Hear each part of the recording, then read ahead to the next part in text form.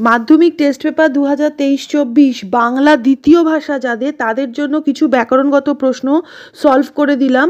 Second language Bengali যাদের, তাদের জন্য এই পেপারটা, এটা এবছর যে সরকার কর্তৃক টেস্ট পেপার বেরিয়েছে, প্রতি বছরই বেরোয়, তার মধ্যে দুটো পেপার বাংলা রয়েছে। সেকেন্ড ল্যাঙ্গুয়েজ বেঙ্গলি যাদের, তারই একটা পেপারের এটা ব্যাকরণ, তোমাদের কাজে আসবে ভেবে তৈরি করে দিলাম।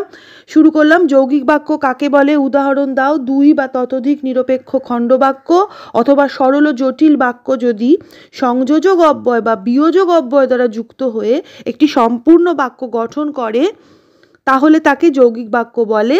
যেমন রাম ভালো ছেলে কিন্তু খুব লোভী, এই কিন্তু দিয়ে দুটো সরল বাক্য বা স্বাধীন বাক্যকে যুক্ত করলাম। দুই, বাক্য পরিবর্তন করো। অনেক জিনিস এখন দুর্লভ। নাবাচক বাক্য, সব জিনিস এখনো সুলভ নয়।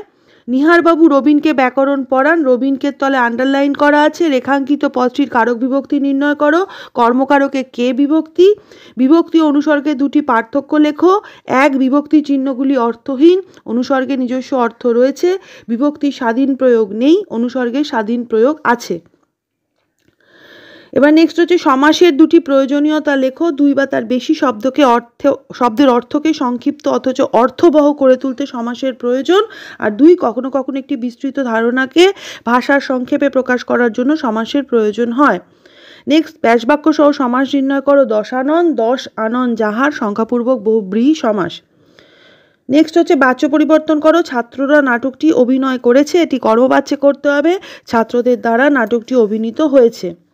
নেক্সট হচ্ছে একটি কর্মকর্তৃবাচ্যের উদাহরণ দাও। গাড়ি চলে।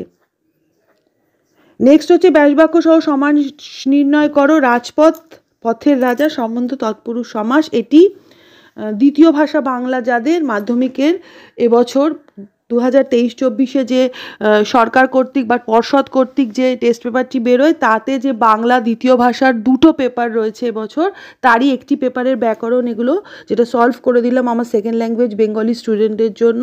আশা করি তোমাদের কাজে আসবে। পরীক্ষার শেষ লগ্নে তোমরা পৌঁছেছো, তাই এগুলো তোমাদের আর হাতে করে কষতে হবে না, দেখে নিলেই হয়ে যাবে। এইভাবেই তৈরি করে দিলাম। ভালো লাগলে অবশ্যই দেখো, শেয়ার করো, লাইক করো, এবং এখনও যারা ধারাপাতকে সাবস্ক্রাইব করোনি তারা প্লিজ সাবস্ক্রাইব করে নিও।